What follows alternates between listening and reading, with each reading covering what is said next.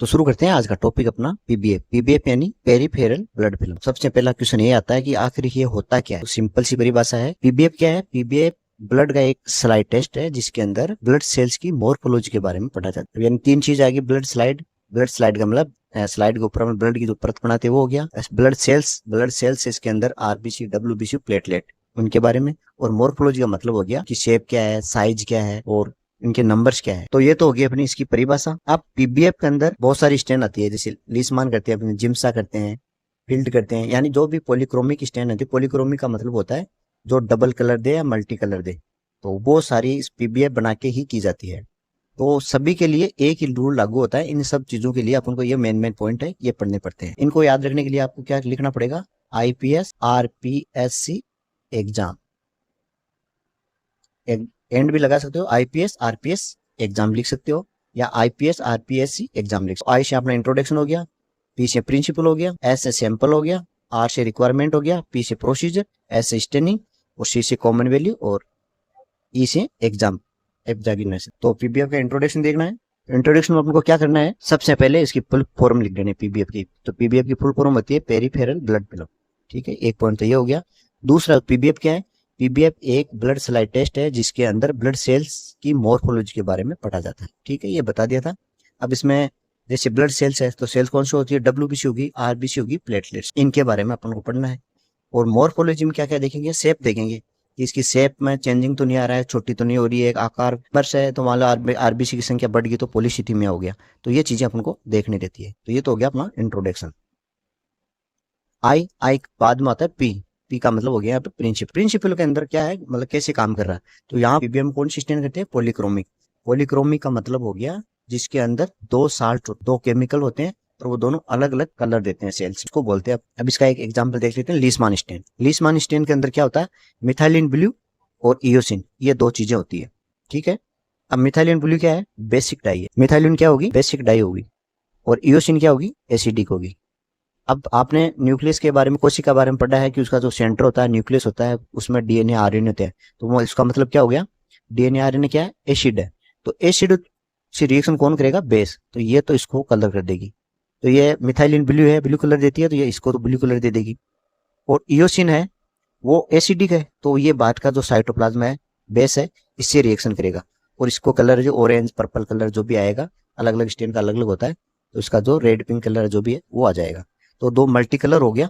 तो ये हो गया इसका प्रिंसिपल। अब सैंपलिंग की बात करते हैं। सैंपलिंग में क्या है, सैंपलिंग का मतलब हो गया कौन सा ब्लड लेना है, सीरम लेना है, प्लाज्मा लेना है या ओल ब्लड लेना है। तो इसमें सैंपलिंग के लिए अपने क्या करते हैं, ब्लड लेते हैं, खून लेते हैं, और वो उसका लेने का जो तरीका है वो दो होता है। एक तो स्किन पंचर, यानी अपन अंगुली पर प्रिक करके, ये दो अंगुली है वो प्रिक करके लेंसेट से वो डायरेक्ट एक ड्रॉप स्लाइड पे लेके उसकी स्लाइड बना। दूसरा तरीका ये भी है कि अपन ईडीटी वाइल जो यहाँ से निकालते हैं, वेन से निकाल के, और उससे भी एक ड्रॉप लेके वो स्लाइड बना सकते हैं। तो इसके सैंपलिंग में क्या हो गया। अब अगला पॉइंट जो अपना होगा वो होगा प्रोसीजर।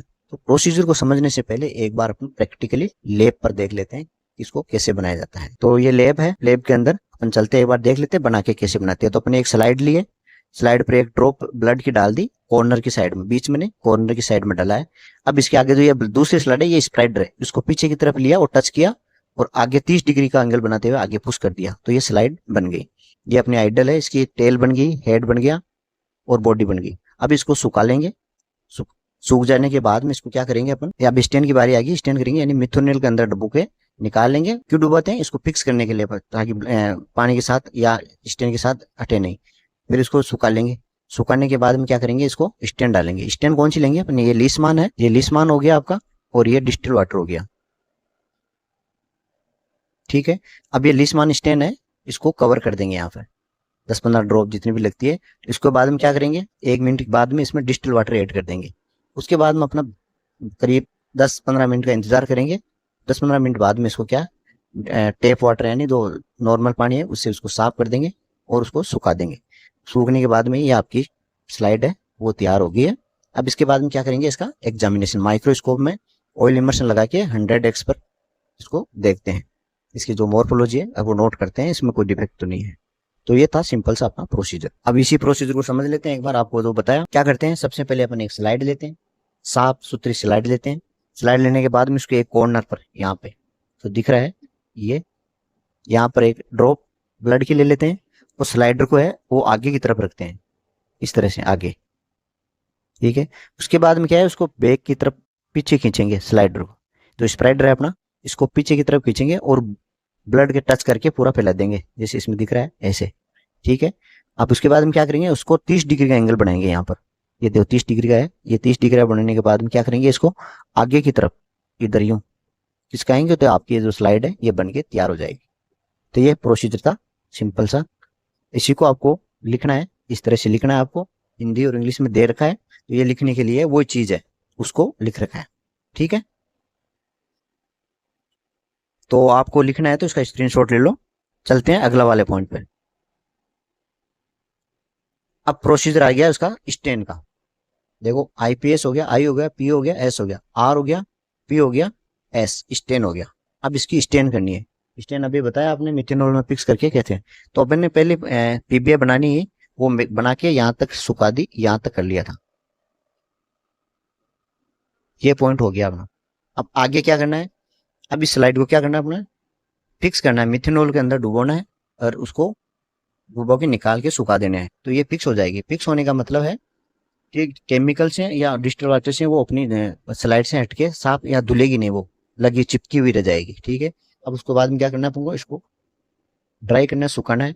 सुखाने के बाद में इसमें लीस मान स्टैंड डालनी है और उसके बाद में 1 मिनट का इंतजार करना है। 1 मिनट बाद में क्या करेंगे अपन, इसमें डिस्टिल वाटर ऐड कर देंगे 10-15 बूंद डाल के, और इसको 10 मिनट 10 या 15 मिनट के लिए छोड़ देंगे। 10-15 मिनट बाद में इसमें जो नॉर्मल पानी है नल का, उससे उसको साफ कर देंगे और सुखा देंगे। सुखाने के बाद में ऑयल इमर्शन डालना है इसमें कोई भी, और उसके बाद में क्या करना है अपना 100x पर इसका एग्जामिनेशन करना रहता है। तो ये सिंपल सा प्रोसीजर है। अगर आपको लिखना नहीं आ रहा है तो आप चार्ट बना दो, कोई गलत नहीं निकालेगा। ठीक है, अब इसी चीज को वो मैंने लिख के बताया, आप चार्ट लिखना चाहो तो इसका स्क्रीनशॉट ले लो। वो चीज है सेम, क्या क्या करना है अपन को। प्रोसीजर के बाद में अपना एक कॉमन वैल्यू आती है। तो कॉमन वैल्यू के अंदर क्या आपको अलग अलग स्लाइड का अलग अलग होगा। जैसे आपको डब्ल्यूबीसी की रेंज ध्यान होनी चाहिए, वह डब्ल्यूबीसी इतनी होती है, इसमें बढ़ के आई है या घट के आई है। डब्ल्यूबीसी बढ़ गई तो क्या रोग होगा, आरबीसी बढ़ गई तो क्या होगा। तो इनकी नॉर्मल रेंज है, वो आपको एक अलग से टॉपिक बना के उसमें बता दूंगा मैं। ठीक है, अब एग्जामिनेशन आपको मैंने बता ही दिया। दो ये स्लाइड है अदर्स, इसमें क्या होता है, ये पार्ट है इसको हेड बोलते हैं, ये बॉडी हो गया, और ये तीसरा वाला है ये टेल हो। तो अपन को टेल और हेड के बीच में तो हल्का सा दिख रहा है, यहाँ से इसको फिक्स करना है। क्योंकि यहाँ पर बहुत ज्यादा ब्लड्स होगी या सलाई आरबीसी वगैरह सेल्स होगी तो वो दिख नहीं पाएगी।